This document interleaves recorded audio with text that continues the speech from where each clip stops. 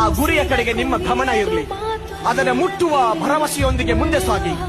ಅದಕ್ಕೆ ವಿವೇಕಾನಂದ ಹೇಳ್ತಾರಲ್ಲ, ನೀನು ಸರ್ವಶಕ್ತ, ಸರ್ವಜ್ಞ, ಬೆಟ್ಟವನ್ನ ಕುಟ್ಟಿ ಪುಡಿ ಮಾಡಬಲ್ಲೆ, ಸಮುದ್ರದ ನೀರನ್ನೆಲ್ಲ ಕುಡಿದು ಬಿಡಬಲ್ಲೆ, ಅಷ್ಟು ಶಕ್ತಿ ನಿನ್ನೊಳಗಿದೆ, ನೋಡ್ಕೋ ಒಂದ್ಸಾರಿ ಅಂತ.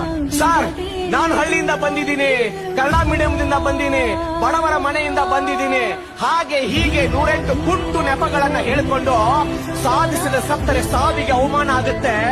ಸಾಧಿಸಿದ ಸಾಯ್ಬೇಡಿ, ಒಂದಿಷ್ಟು ಸಾಧಿಸಿ ಏನನ್ನ ಸಾಧನೆ ಮಾಡಿ ಇಡೀ ಜಗತ್ತಿಗೆ ನಾನಿದ್ದೇನೆ ಅಂತ ಹೇಳಿ you have to show your existence to the whole world.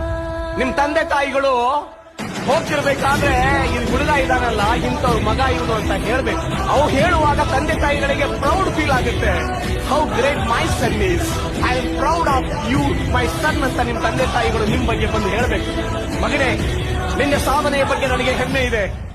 ನಾನು ಆ ಗುರಿಯ ಕಡೆಗೆ ನಿಮ್ಮ ಗಮನ ಇರಲಿ. ಅದನ್ನು ಮುಟ್ಟುವ ಭರವಸೆಯೊಂದಿಗೆ ಮುಂದೆ ಸಾಗಿ.